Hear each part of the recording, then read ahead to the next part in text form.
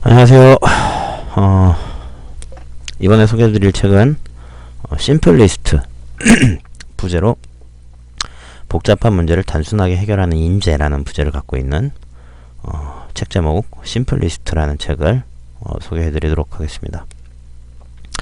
이게 처음 볼 때는 좀 신선하다 이런 생각이 좀 들었는데 두 번 봤거든요. 근데 두 번째 볼 때는 처음에 그런 것보다는 조금 뭐랄까 좀 약간 좀 식상한 느낌이 또 다시 또 들기도 하는 그런 책이었습니다. 책은 이렇게 생겼고요. 이 표지가 참 심플하죠. 자, 제목은 심플리스트, 지은이, 장성규, 출판사는 리더스북. 2014년 1월 24일에 초판이 나왔고요. 한 달이 안 돼서 2쇄가 바로 나왔습니다. 페이지는 255페이지. 가격은 14,000원.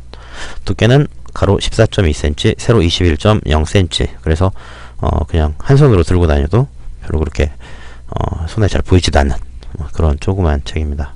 심플한 책이에요. 지은이 장성규 씨는 서강대 경영학과를 졸업했고 서울대 경영대학원을 졸업했습니다. SK 브로드밴드에서 근무 중이고요. 직장인이죠. 월급쟁입니다.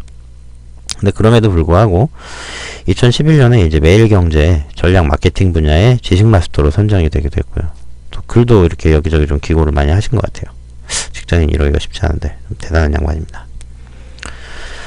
동아 비즈니스 리뷰에 이제 글을 기고하기도 했다고 합니다. 회사에서 좋아할까? 아무튼 그래서 책 순서는요. 1부는 이제 우리는 단순해져야 한다 라고 하는 내용.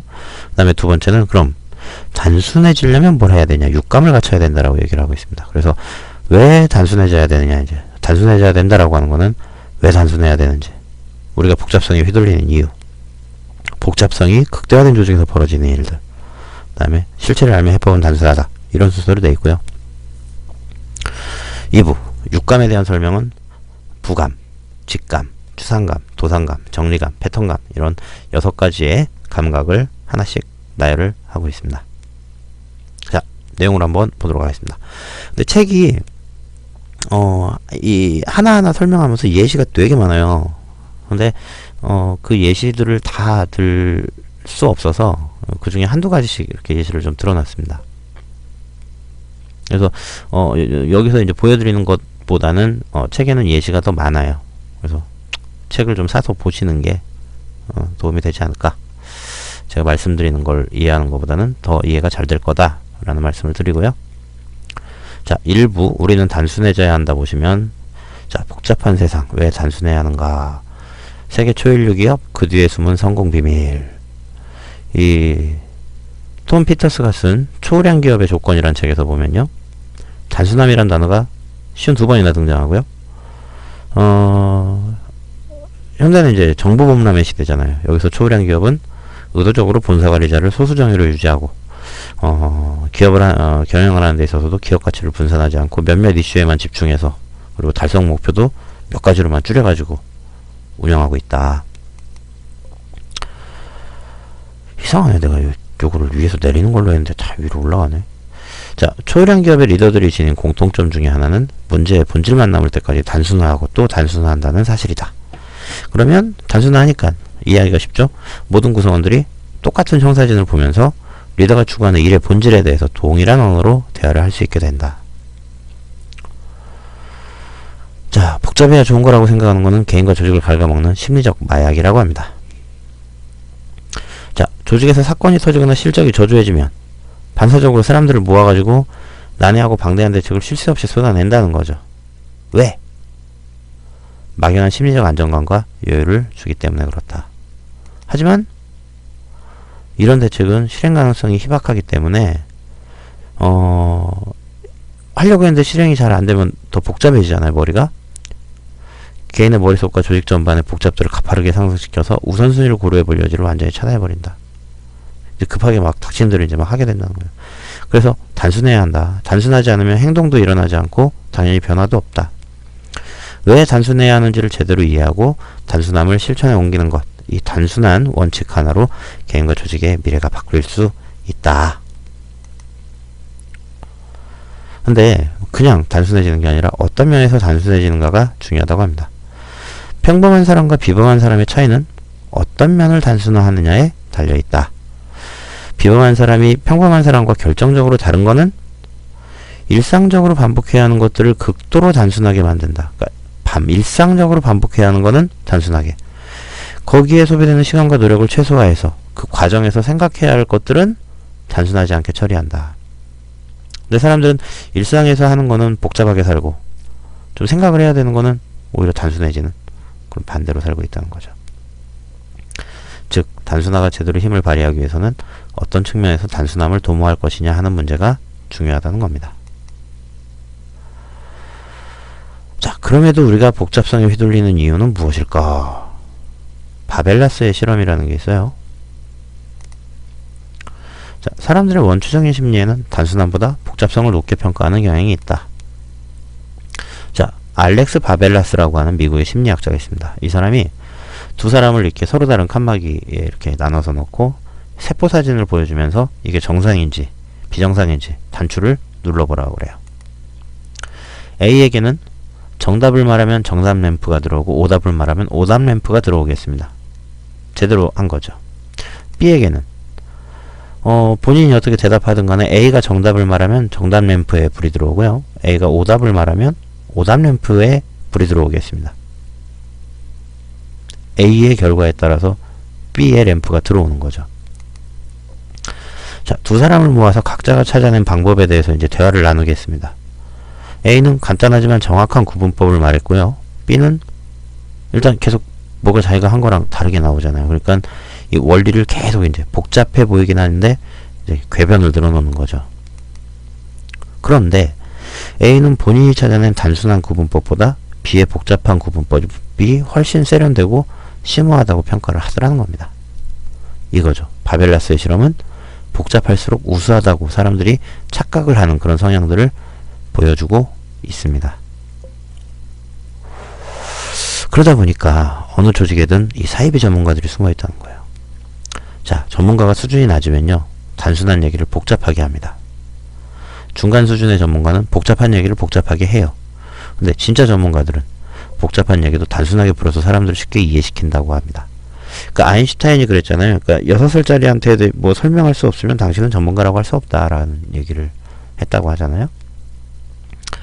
어쨌든 이런 사이비 전문가들은 명료한 표현을 안 해요. 주제를 흐리고 단순하게 표현 안 해요. 상황을 최대한 복잡하게 보이려고 합니다.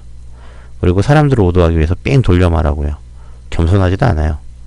그리고 독창적인 표현을 하지 않고요. 남들이 하는 그런 표현들을 많이 따라하죠. 습관적으로 복잡성을 가중시킨다. 오픈룹이라는 이제 공학 용어가 있는데 별다른 피드백 없이 계속 반복되는 개회로를 의미한다고 해요. 그래서 업무적으로는 사람들이 꺼리고 잘못 취급하는 우선순위에 맞지 않는 이런 업무를 가리키는 건데, 어쨌든 그래서 전체적인 흐름에 별 지장이 없는 지엽적인 분석에만 시간을 허비하다가 우리가 정작 중요한 부분은 엉성하게 마무리해서 전체의 질을 떨어뜨리는 경우들이 많이 생긴다는 거예요. 이 오픈룹 상황이 계속 노출이 돼서. 자, 그래서 생각을 해야 된다. 자, 내비게이션이 없을 때는 사람들이 목적지까지 가는 가상지도를 머릿속에 그려요. 이제 어떻게 갈지를 생각을 하는 거잖아요. 그리고 방향감각, 거리감각을 총동원해서 그걸 가지고 일상 속에서 그렇게 총동원해서 하다 보니까 일상 속에서 공간적인 재해석을 통해서 전체 상황을 판단하는 그런 훈련을 평소에도 많이 했다는 거예요. 이 문명의 이기가 없을 때는. 어쨌든 어디를 가야 되고 살아야 되니까. 근데 내비게이션이 생기니까 여러 개의 공간적 이미지를 뇌에 저장한 다음에 이를 조합하고 복원해서 전체 그림을 보는 이 알력이 서서히 퇴화되고 있다라고 이제 캐나다의 맥길 대학교 연구에서 보여주고 있습니다.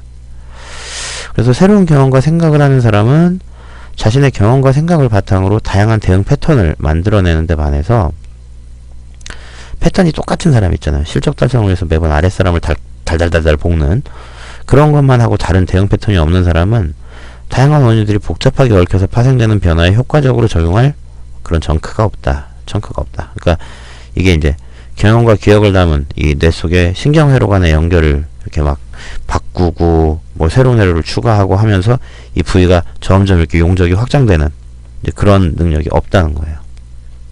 그러니까 상황이 복잡해지면 전혀 대응을 하지 못한다는 거죠. 자, 이런 조직에서는 뭔가 하고 있는 걸 보여주는 더더더 신드롬이 생긴다. 자, 보고서 작성할 때 보고 받을 사람 위주의 작성 과정에만 매몰되다 보니까 현장이나 경영 현실과 동떨어진 그런 보고서가 나오고 뭐 여러 가지 조직도 만들고 하지만 비효율성과 사내 정치만 커진다. 그래서 핵심을 못 보고 이후에 연쇄작용도 판단을 못하고 뭔가 더 하고 있는 거를 보여줘야 된다는 강박관념에만 사로잡혀 있다 보니까 조직 내의 복잡성만 가중되고 무기력과 타성을 낳고 내외부 환경 변화에 둔감해진 조직을 점차 세력의 길로 접어들게 만든다는 겁니다. 그 다음에 이런 복잡성이 극대화된 조직에서요, 리더들은 자신의 무능을 감추기 위해서 아랫사람의 헌신으로 때우거나 아니면 중단하는 게 맞는데도 혼자 살겠다고 부하들만 사지로 내모는 그런 사람들이 있다는 거예요. 근데 조직에서는 이 복잡성과 이를 양산하는 구조적인 취약성이 있죠. 조직이 이제 방대하다 보면 이제 어쨌든 간에 그 구조 자체가 취약해서 이제 조직 자체에서도 이제 복잡성이 나오기 때문에 이런 무능한 리더들의 실체가 잘 드러나지 않는다라고 이야기를 하고 있습니다. 그리고 이제 그런 못난 리더들은 제대로 된 진단이나 충분한 이해, 실무적인 이해를 하지 못한 상태에서 혁신이라는 이름으로 이제 밀어붙인다는 거죠. 사실은 그게 단순하게 일의 가짓수만 늘리고 그런 거를 새로운 도전이구나 라고 이제 똑같이 생각하는 그런 리더들이 많다는 겁니다. 반대로 일의 핵심을 간파하고 본인 생각에 명확한 리더일수록 군더더기 붙은 보고를 싫어하고, 그런데 의사결정을 미루는 이 우유부단한 리더들은 보고를 받을 때도 내용보다는 형식이나 사소한 것에 더 집착을 하더라는 겁니다. 자, 그 다음에 가짜 혁신가들이 짜고 쳐내는 뻥튀기 성과. 성과를 부풀리고 포장하는 사람들이 이제 앞에 나서게 되면 자신들이 부풀린 거품을 창조, 혁신 이렇게 얘기하면서 이렇게 얘기하면 객관적인 평가를 좀 피해갈 수 있잖아요. 뭐 전혀 뭐 이렇게 잘된 게 아니어도 이건 되게 창조적인 겁니다. 이건 전에 안 했던 새로운 시도입니다. 이러면서 이제 도망을 간다는 거죠. 이런 사람들은 사실 진짜로 문제를 해결하거나 사람들을 근본적으로 변화시키려고 하는 진정성이나 의욕은 없다. 이런 사람들이 이러는 거는 진정한 혁신보다도 성공 가능성이 제3자한테 쉽게 어필할 수 있는 것만 찾으니까 그게 자신의 입지를 세우는데 훨씬 용이하고 효과적이다라는 겁니다. 이런 조직에서는 이런 몇몇 사람들은 영광을 누리겠지만 같이 일하는 절대다수의 구성원과 조직은 서서히 늪으로 빠지는 그런 구조가 고착이 된다. 그래서 이걸 막으려면 일의 성과를 객관적이고 다각적으로 측정하는 평가 시스템이 있어야 되고, 이 과정상의 공과에 대해서 구성원끼리 허심탄회하게 의견을 주고받는 그런 건전한 조직 문화가 갖춰져야 이런 사람들을 조직에서 가려낼 수 있다라는 겁니다. 자, 그 다음에 이제 목표를 결정할 때도 이제 그렇다는 거죠. 우리는 흔히 수량적으로 표현되면 객관적이다라고 생각을 하는데 이게 착각이라는 거예요. 기업에서 뭐 과거보다 얼마 증가 이렇게 이제 목표 설정을 하는데 이게 위에서는 주관적인 희망이 이제 수치화된 거죠. 전혀 근거 없이 나온 건데 위에서 자 전년보다 10% 성장해 라고 하면 이게 이제 지상 과제가 돼버리는 거예요. 그러니까 목표 설정할 때까지 어떻게 해서 요 목표가 나온 건지는 모르고 어쨌든 숫자가 됐다는 것만으로 이제 그 숫자가 객관적이라고 평가를 받고 지상 과제가 된다는 거죠. 자, 이런 거는 조직 내부에 두고두고 복잡성의 저주를 내린다. 그러니까 목표 설정이 잘못되면 목표의 논리와 정당성이 없으니까 구성원들이 자발적으로 그걸 달성하려고 하는 의지가 없어요. 에이, 해도 안 될 거 뭐. 그러니까 계획 수립과 실행도 피상적으로 되는 거죠. 그러니까 해당 계획의 적절성과 효과가 미미한 것으로 판명이 나요. 그러다 보니까 이걸 만회하기 위해서 이제 다른 이 추가적인 계획들이 또 막 남발이 되는 거죠. 자, 그러면 시간 낭비, 인력 낭비, 돈 낭비 이렇게 되는 거죠. 그럼 그걸 해결하기 위해서 또 뭔가를 또 계속 생각해야 되고, 이렇게 조직 전반의 복잡성이 가파르게 상승한다. 자, 실체를 알면 해법은 단순하다. 자, 복잡한 것과 복잡해 보이는 것. 자, 공항 보면 수백 대의 항공기들이 막 왔다 갔다 막 하잖아요. 날아가고 날아오고. 이렇게 복잡해 보이지만 사실은 일정하게 정해진 스케줄에 따라서 각 항공기들이 기계적으로 움직이는 단순한 조합이다. 그러니까 혼잡하긴 하지만 복잡한 건 아니라는 거예요. 근데 복잡한 건 뭐냐? 자, 기상이변, 테러 이런 예기치 않은 상황이 발생하면 이 혼잡했던 그런 단계에서의 어떤 예측과 패턴이 있었는데, 그러니까 혼잡하지만 복잡한 건 아니라는 게 예측성과 패턴대로 그냥 바쁘게 가는 거죠. 근데 기상이변이나 테러가 생기면 이 혼잡의 수준이 아니라 이제 복잡한 거예요. 패턴이 사라지는 거죠.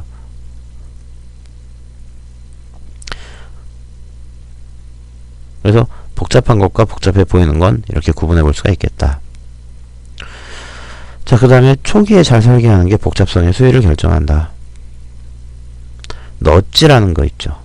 은근하게 개입해서 사람의 행동을 바꾸는. 그래서 영국에 이제 넛지 유닛이라는 게 있어요. 그러니까 무슨 과태료 안 내고 이런 사람들을 이제 살짝 개입을 하는 거죠.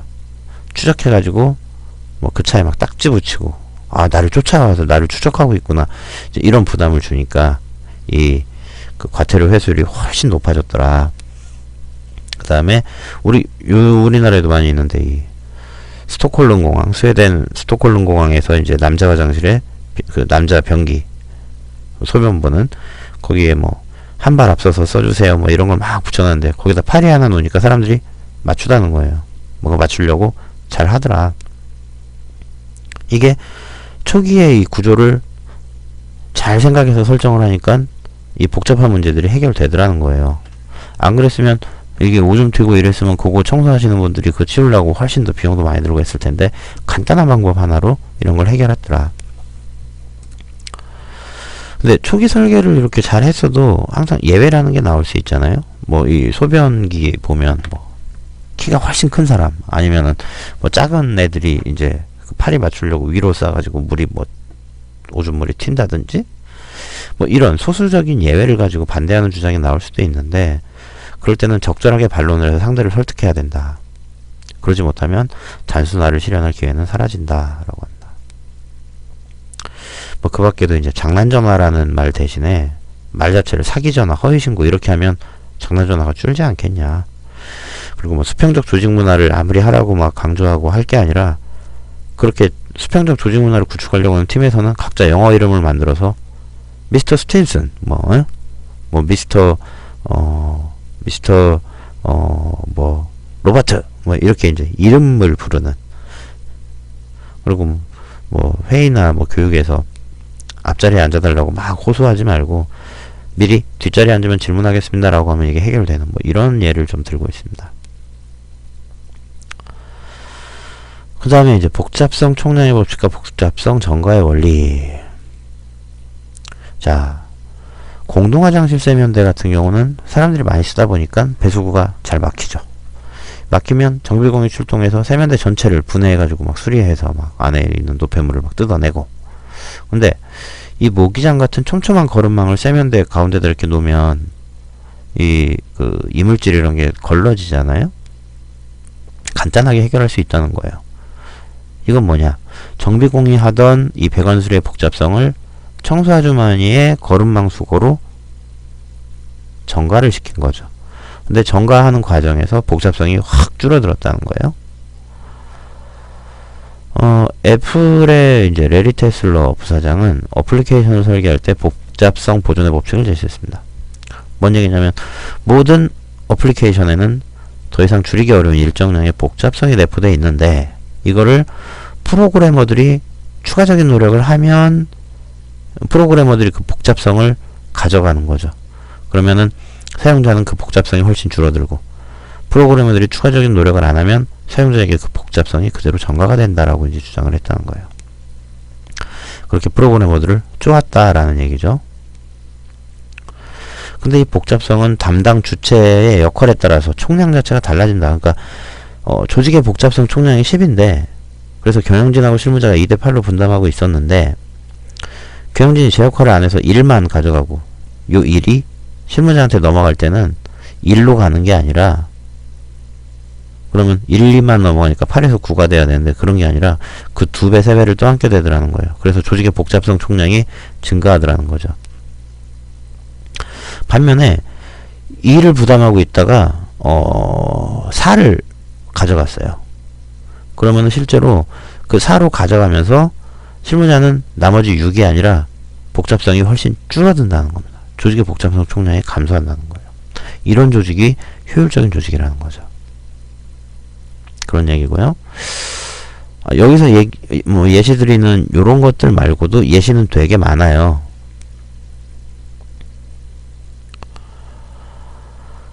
자, 그 다음에 상황과 조건을 1도만 바꿔도 일은 단순해진다.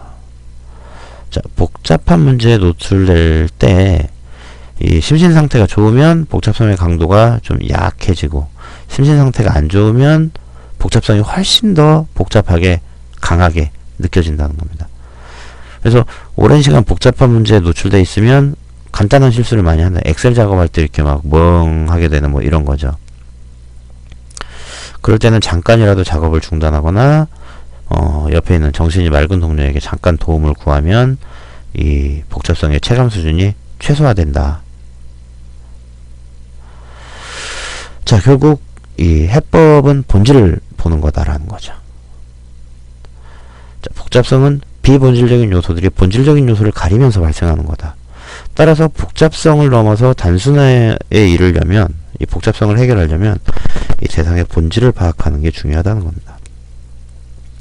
자, 복잡계라고 하는 개념이 있어요. 어쨌든 이건 복잡계를 설명하자는 게 아니라 이 복잡계의 큰 두 가지 특징은 구성 요소 간에 수많은 상호작용이 이루어진다. 그리고 두 번째는 이 복잡계 자체가 그러니까 복잡계 내부에서 구성 요소들이 상호작용을 하고 있고 복잡계 자체가 주변 환경과 계속 영향을 주고받으면서 다르게 적용을 해가고 있다라는 거죠. 그러니까 이 복잡한 게 훨씬 더 복잡하게 이제 보여지는 거죠. 여기서 보면 책에는 언급이 안 됐는데 결국 이 상호작용과 환경에 대한 이 적응 과정을 고민하다 보면 이 본질에 다가갈 수 있다는 뭐 그런 얘기를 하는 게 아닌가 싶은 생각이 듭니다. 들어요. 고민의 방향이 서로 간의 상호작용, 환경의 작용 이제 이런 것들로 고민을 많이 해라. 자, 뭐 마찬가지 얘기죠. 본질, 수백 개의 현상 밑에서 뭐 하나의 원인. 그래서 복잡한 문제 안에 감추어져 있는 단순한 원인을 찾아야 된다 라고 얘기를 합니다. 그래서 더 꼴이라는 책, 제가 이제 입사 초기에 되게 재밌게 봤던 책인데 그 더 꼴이라는 책을 지은 엘리 골드랩 박사는 이 복잡한 문제 뒤에 숨은 단순함, 이거를 이제 내재적 단순함이라고 표현을 했고요. 뭐 심플은 정답이 아니다라는 책을 쓴, 근데 사실은 뭐 내용은 심플이 좋다라는 내용이라고 그러는데 어쨌든 도널드 노먼 박사는 이 근본 원인 찾기라고 이제 표현을 했다고 그래요. 그러니까 결국 단순한 원인이 있다는 거죠. 그걸 찾는 게 문제의 핵심이다라는 거죠. 해결의 핵심이다. 보면 기업 내에서 관찰되는 수십 수백 가지 현상도 대부분 가장 밑바닥에 깔린 극소수의 공통 원인으로 설명이 가능하다라는 겁니다. 예를 들어서 한의학에서는 이 3대 알레르기 질환인 아토피, 비염, 천식 이런 거를 똑같이 본다는 거예요. 폐기능의 약화에 따른 병이다. 그러면 해법도 거기에 맞게 똑같다는 거죠. 폐를 강화하는.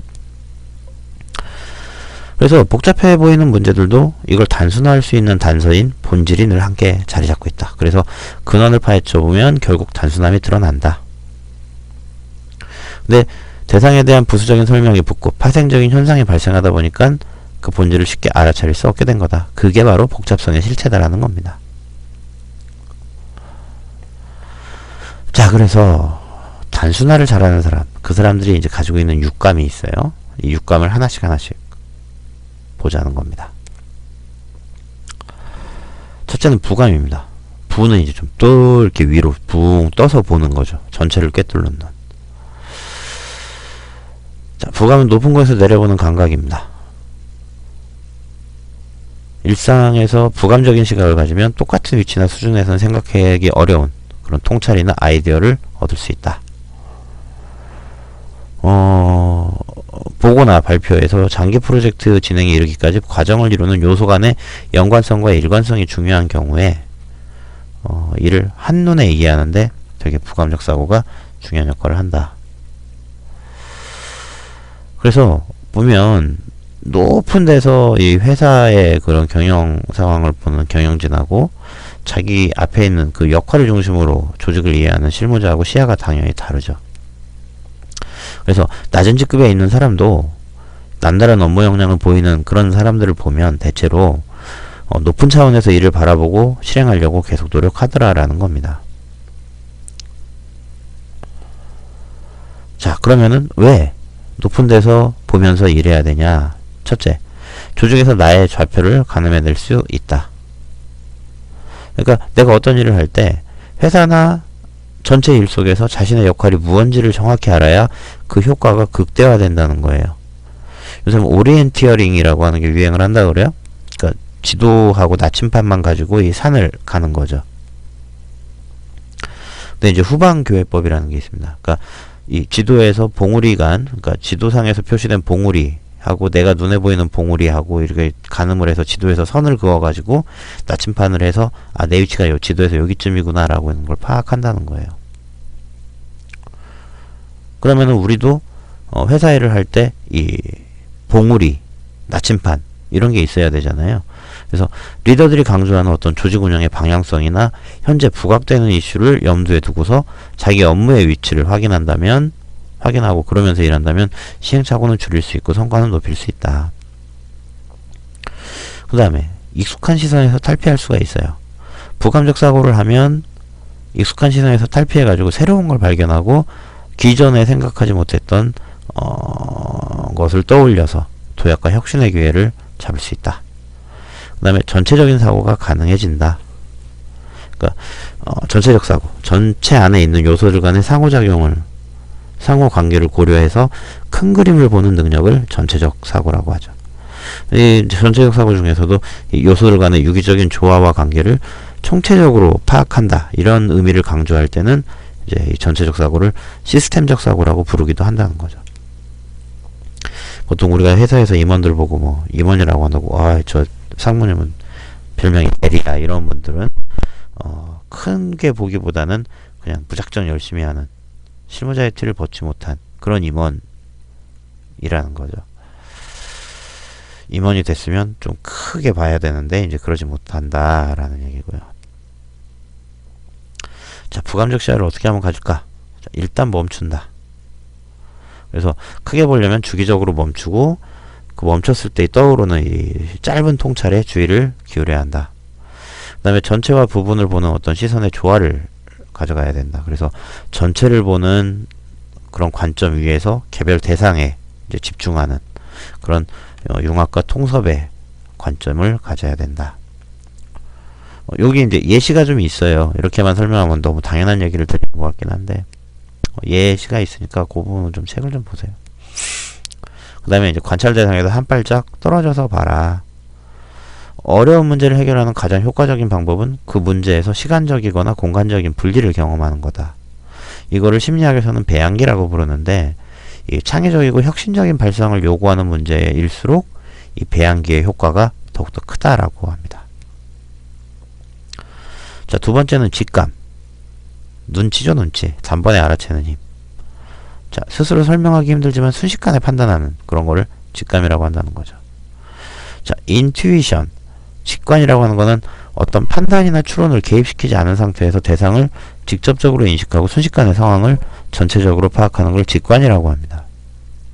직관적으로. 전국시대의 전략서, 처세서 뭐 이런 거겠죠.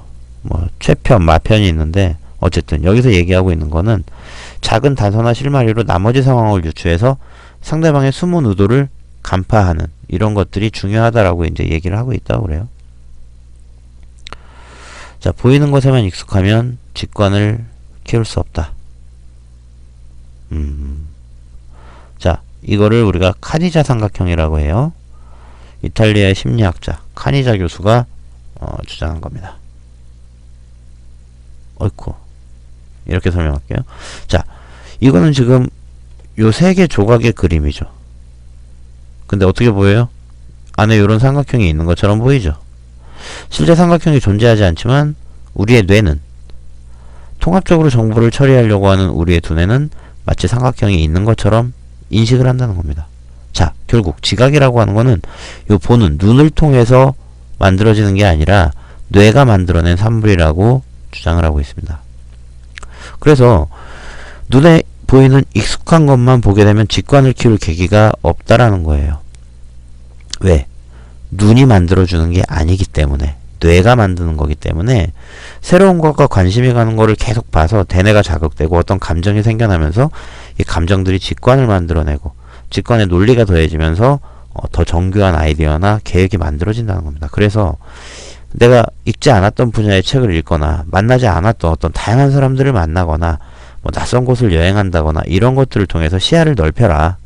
평소 인지적으로 보지 못한 것들을 볼 수 있게 되리라 라는 겁니다. 자, 직관의 발휘. 의도적으로 엉성하게 해라.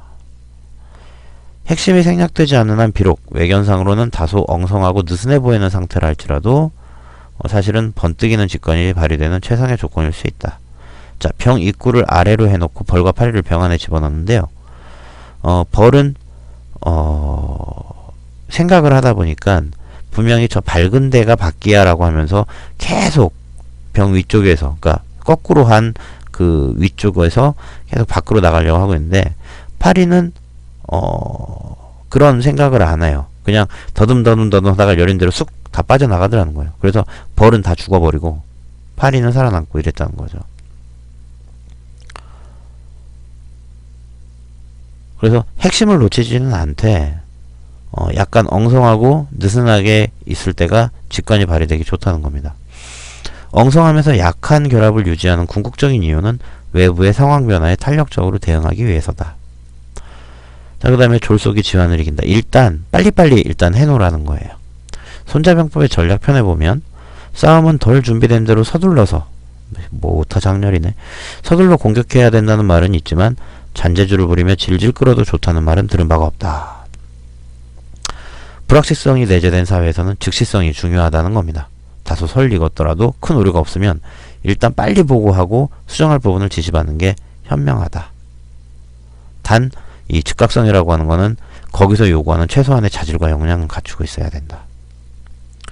어쨌든 이러려면 더 어려운 일을 떠맡아서 이 직관 발휘에 필요한 경험치를 계속 이렇게 늘리게 되든지, 아니면 이 유사한 상황이나 시나리오를 설정해서 계속 그 간접적으로 반복 훈련, 그러니까 시뮬레이션 같은 거죠.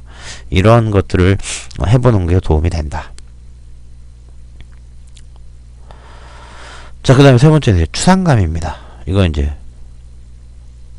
단순하게 본질만 남기라는 거죠. 자, 오컴의 면도날. 단순한 것이 진실에 가깝다라고 하는 그런 명제예요. 원래는 이제 피부를 상하지 않게 하면서 수염을 잘 깎으려면 면도날이 예리할수록 좋다. 그러니까 얇을수록 좋다는 그런 인식에 기초한 것으로 이제 절약의 원리, 단순성의 원리로 불리는데,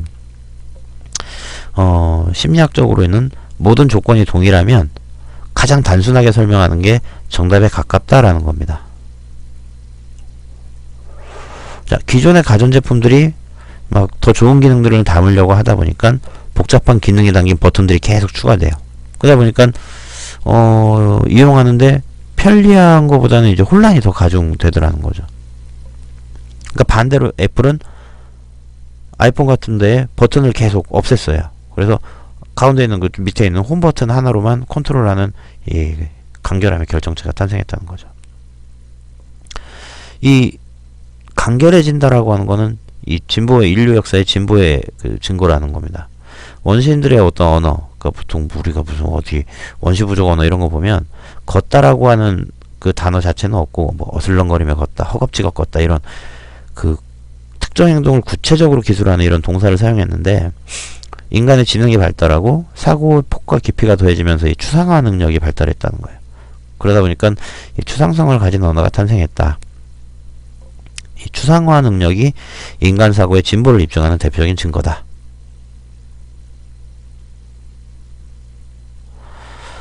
자, 그러려면 핵심을 뽑아서 최대한 단순하게 해야 된다. 자, 예를 들어서 신문의 헤드라인 뽑기나 인상적인 표현으로 압축하기 뭐 이런 훈련들을 이제 많이 했다고 그래요. 본인은 기자가 되려고 했다는 뭐. 그래서 요런 긴 고객님께 드리는 당부의 말씀, 뭐 승하차 시에 카드나 현금을 미리 준비하시면 좋겠네요. 안문제문을 이용해 주시기 바랍니다. 이런 거 있는데 왜 이렇게 길게 하지? 더 간단하게 할 수 있는데. 그래서 여기서 얘기하는 거를 이렇게 줄여볼 수 있겠죠. 교통카드 현금 미리 준비해 주세요. 안문을 완성차 배를 미리. 운행 중에 꼭 손잡이를 잡아주세요. 누적자 임산부께 자리를 양보해 주세요. 이렇게 더 줄일 수가 있다는 거예요. 그래도 의미는 똑같이 전달이 된다는 거죠. 이것도 복잡하다 그러면 요금과 배는 미리미리, 뒷문 승차는 안 돼요. 손잡이는 꼭 누적자 임산부에게 양보.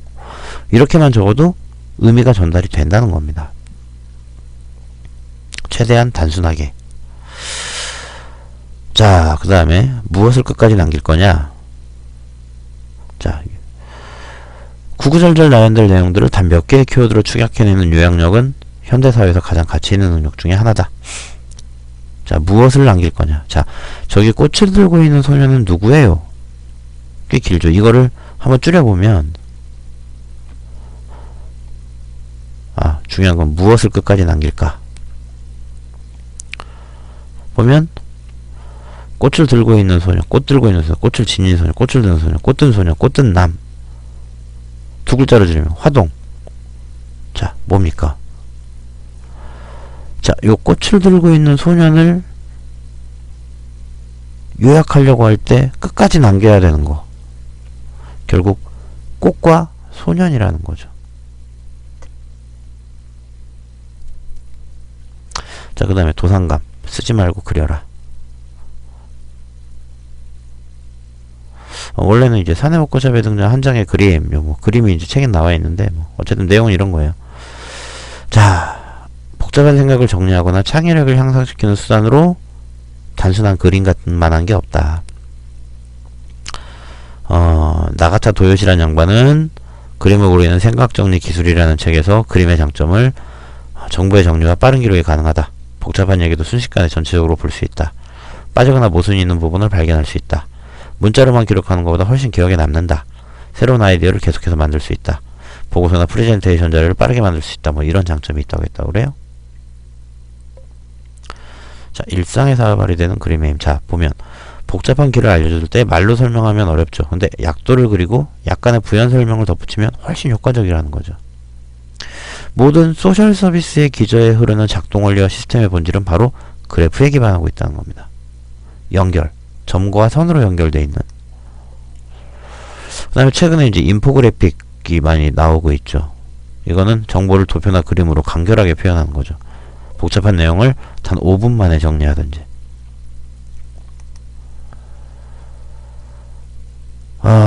그림으로 골치 아픈 비즈니스 문제를 해결하다. 자기 사례를 들고 있습니다. 그 공정인가? 방통위에서 뭐 내용을 좀 달라고 그래서 요렇게 해서 보냈대요. 그랬더니 너무 복잡하다고 들어와서 설명을 해달라고 하니까 이제 다른 부서 사람이 자기 들어가는데 자기가 대신 설명해 주겠다고 그러면서 내용을 듣더니 전화가 왔다는 거예요. 안 들어와도 될 것 같다고. 다 이해했다고. 그래서 어떻게 해서 이 사람이 요거를 설명을 했을까 보니까 앞에 내용을 이렇게 그림으로 정리했다는 겁니다. 보면 뭐 2012년부터 뭐 인센티브 지원만 유통한 총 2000개고 이 중 1700개가 소매 매장이고 나머지 300개가 도매 매장이다 그러면 뭐 2000개 중에서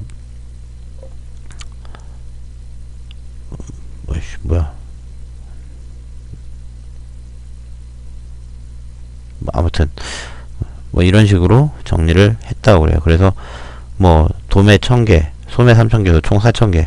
도매 1000개 중에 요거 보면은 어딨냐? A 2012년까지 받고 2013년부터 못 받는. 뭐 그 다음에 이제 나머지는 안 받는. 뭐 이런 거. 뭐 이런 식으로 이제 뭐 표시를 해서 설명을 하니까 훨씬 이해가 빨랐다라고 그럽니다. 그 다음에 정리감. 줄이면 커지고 버리면 얻는다. 자, 덧셈보다 가치 있는 뺄셈의 미학.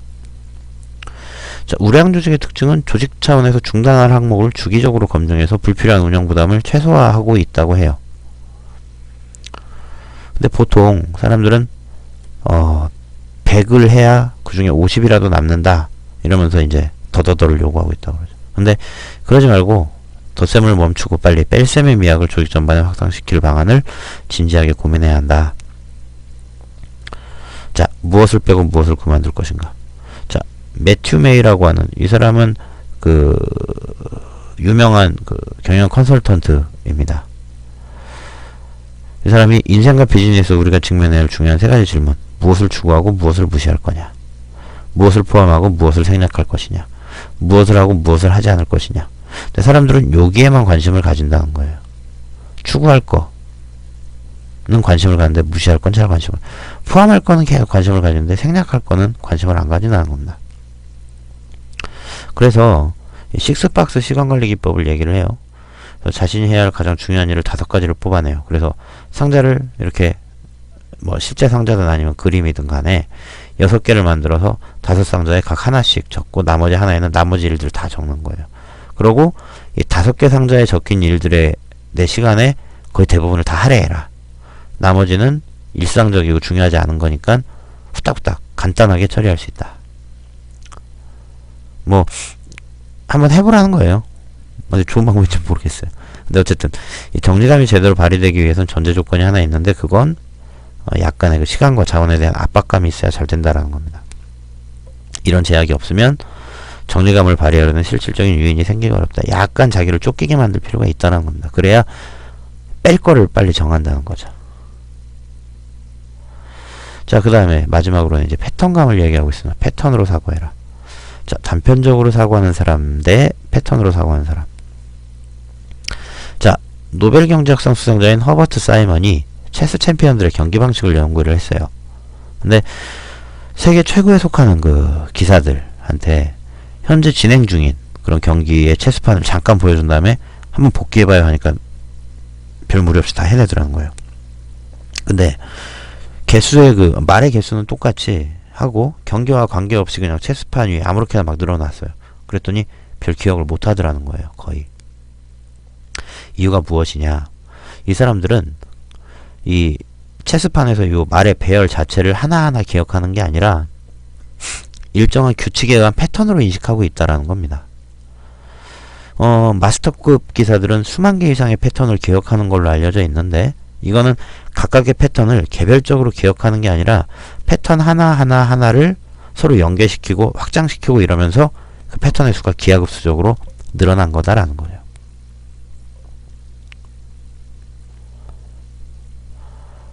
시간을 활용할 때 자신만의 규칙을 만들어라. 자, 1만시간 법칙으로 유명한 그 앤더스 에릭스는 음악, 과학, 스포츠 등 다양한 분야에서 최고의 성과를 보여주는 사람들에게서 하나의 공통점을 발견했어요. 그건 뭐냐면 대체로 90분 정도 일하고 쉬고 이런 패턴이더라는 겁니다. 뭐 이걸 소위 펄싱, 그러니까 뭐 긴장을 약간 늦추고 뭐 이제 뭐 이런 거죠.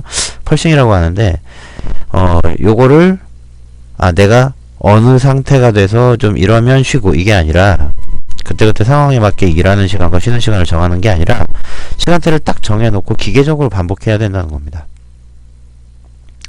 나는 50분 공부하고 1시간 아니 뭔 소리야 50분 공부하고 10분 쉬고 이거를 반복적으로 하라는 거예요.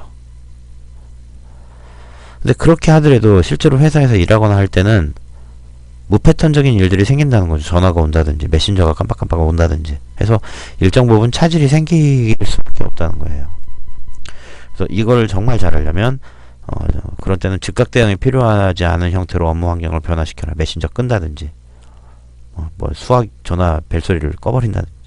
그래서 메일로 이렇게 오게 되면 그건 내가 회신을 내 마음대로 정하는 시간에 할 수 있잖아요. 그래서 그거를 내 위주로 업무 환경을 바꾸는 노력도 필요하다. 뭐 이 사람은 책에서 아예 저기 딴 데로 골방 같은 데 가서 일했다고도 하는데, 약간 좀 뭐랄까 좀 좁쌀 영감이나 좀 결벽증이 있으신 분이 아닌가 싶기도 하고. 그래서 자신의 환경이나 신체 리듬에 맞는 시간대와 운영 시간을 잘 파악해서 스스로에게 최적화된 형태로 시간을 조합해라. 그래서 그걸 계속 반복하라는 거죠. 그래서 개인에게 최적화된 시간표를 활용해라. 일 잘하는 사람들이 사용하는 몇 가지 패턴 사고. 자, 미국의 심리학자 게리 클라인은 어떤 분야에서든 오랜 경험과 연습으로 습득한 상당량의 패턴이 뇌에 저장되어 있으면 육감에 의해서 훌륭한 의사결정을 내릴 수 있다고 합니다. 자, 여기서 중요한 건 의사결정에 필요한 패턴의 데이터베이스를 보다 정교하게 다듬을 수 있도록 이 경험을 축적해 가더라도 분명한 의도를 갖고 경험을 축적해 가야 된다는 겁니다. 그래서 그러려면 뭔가 이제 세련된, 더 나은, 개선된 그런 방식으로 의사결정을 해야 되잖아요. 그러면은 이전에 자기가 되게 복잡하고 급박한 상황에서 어떤 의사결정을 내렸다면 그게 맞는 건지 아닌 건지를 뒤에 이제 찬찬히 한번 복기를 해봐야 된다는 거예요. 그래야 비슷한 상황이 생겼을 때 나은 형태로 이렇게 갈 수 있다는 거죠. 긍정적인 방향으로의 패턴이 만들어질 수 있다는 거죠. 그런 복기를 하지 않으면 본인의 실수를 인정하지 않고 고집만 들게 된다. 일상과 업무 속에 주어진 복잡한 문제에 맞서서 다양한 유형의 패턴을 자유자재로 활용하면서 단순하게 해결해가는 사람들, 그런 사람들이 바로 심플리스트다 라고 하면서 내용을 마치고 있습니다. 뭐 가볍게 읽어볼 만한 책이긴 한 것 같고요. 무슨 큰 어떤 그런 거를 얻는 거는 뭐 개인차가 좀 있을 것 같아요. 근데 요 책에 나왔던 내용 중에 하나가, 누구 예를 들던데, 책을 읽을 때도 내가 여기에서 어떤 지식을 얻겠다 이런 것보다 그 책에서 이제 어떤 영감, 짧은 통찰, 이제 나의 어떤 생각의 단초, 이제 이런 것들을 얻는 게 더 클 수 있거든요. 있다고 얘기를 해요. 그래서 이제 그런 측면에서 보면 사실 책은 가릴 건 없겠다 생각 들고, 어쨌든 여유가 되시면 한번 책을 읽어보시면서 제가 여기서 예로 들지 못했던 많은 사례들 또 한번 보시면 좋을 것 같습니다. 다음번에도 또 다른 책으로 준비하도록 하겠습니다. 감사합니다.